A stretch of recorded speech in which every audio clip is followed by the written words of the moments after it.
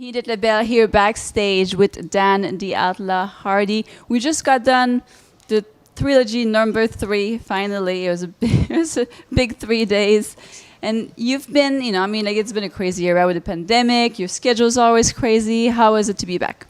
It's great to be back. The last 2 trilogies, I've watched them on Fight Pass, and they've been great. I see all the familiar faces and everyone having a great time and great performances as well. Ian Dean's such a good matchmaker, and all the way through the card, as I'm doing my research, I'm seeing how he's matched these guys and why, and it's just been a great 3 days. Really awesome. Were you envious a little bit? Did you want to be here with us? Of course. And who did you miss the most? Well, your interviews are absolutely fantastic. Every time I watch them, they get better and better. So congratulations on that. Really impressive. So we've just witnessed 3 days of, crazy fights. What was your highlight? What was your best one? I think we've seen some awesome performances. I think Paul Hughes stood out to me, just having a really, really well-rounded performance. The welterweight clashes that we've had and the lineup of that matchup now, Ian Garry and Jack Grant, is just so exciting. I mean, the welterweight division is my home division, and that belt used to belong to me, and I know that a lot of people have fought hard to try and get to it and have never managed to get their hands on it. And now we have 2 guys, obviously, Ian Garry, who's a very, very talented prospect, and Jack Grant, who's been around for a long time and has had a couple of opportunities, but never at the welterweight belt. I think that matchup alone coming out of the trilogy is enough to be excited for June. Speaking of your belts, I actually asked Ian Garry yesterday after he won if he could go back in time and fight any Cage Warriors, like past Cage Warriors welterweight champion, who it would be, and he said you. It was me, right? Yeah, Is that right? And he said, well, the main reason, he said, is also because you fought GSP. Yes. So, yes. That was a hard-fought battle. But, holding the Cage Warriors belt, it got me prepared for the UFC because you fight in tough opposition. Yeah. And, Ian Garry's so young in his career, 6 fights into his record. If he's able to get the Cage Warriors belt and defend it a couple of times, go to the UFC undefeated, he's an exciting prospect for us all to get behind. Sure is. And how do you predict that fight between him versus Grant? Well, I'm excited to see how Jack Grant approaches it because obviously Ian Garry's got great striking skills and he's a very good wrestler as well. He's able to keep the fight moving whilst keeping control of it. Whereas Jack Grant, as we saw from this weekend, he's got the way he chained his submissions together, going from the back to the guillotine to then the anaconda. I think that's a very interesting challenge for Ian Garry if the fight does hit the floor. And I also think Jack Grant as a welterweight is just so much more healthy than he was at lightweight.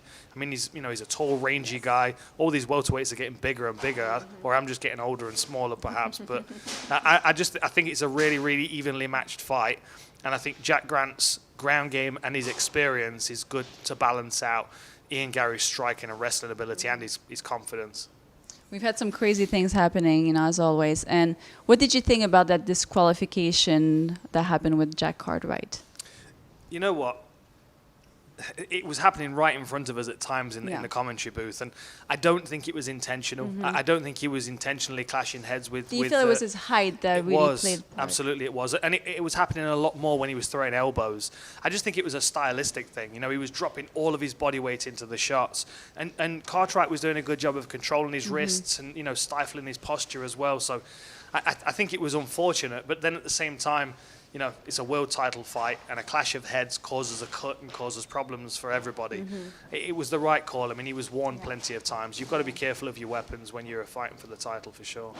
And what about the lightweight title? Donovan Desmay, who stepped in with only 10 days' notice. What did you think? How did you score that fight? I actually had Desmay winning the first 3 rounds. I thought he took the decision. And to be honest, I think he did as well. I think he fought really well for the first 3 rounds and then thought to himself, this is a short notice fight. I may not have enough for another 10 minutes of hard work. So he took his foot off the gas a bit. And I'm sure he's regretting that now. But I honestly, for one, would like to see a full training camp from Desmay and a rematch because I think Sadari is very good, but I think the pace of Desmay was just too much for him to start with. And we know how good Desmay is. We've seen him around a long time in Cage Warriors. It would have been nice to see him get his hands on the belt, especially after the short notice fight and such hard work he put in for the 3 rounds. And the main event tonight, was it electric enough for you? It was, absolutely. I actually thought that Morgan Charrier was going to be a real problem for Vucenic, just because of experience. You've got Morgan Charrier 16-7-1, and then you can take the 16 off that record, and you've got Vucenic's record. 7-8-1. He's around that, but it was a very mature performance. His striking skills are absolutely phenomenal, and he was chaining things together so well.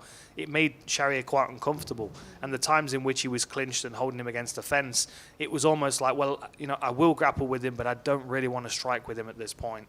I thought it was great, and it was a fair decision. I think the right guy won, even though it was a close one, a split decision. I had Vucenic winning. Okay, well, lovely having you back. Hopefully we'll see you back again in June. Absolutely, you will. Nice.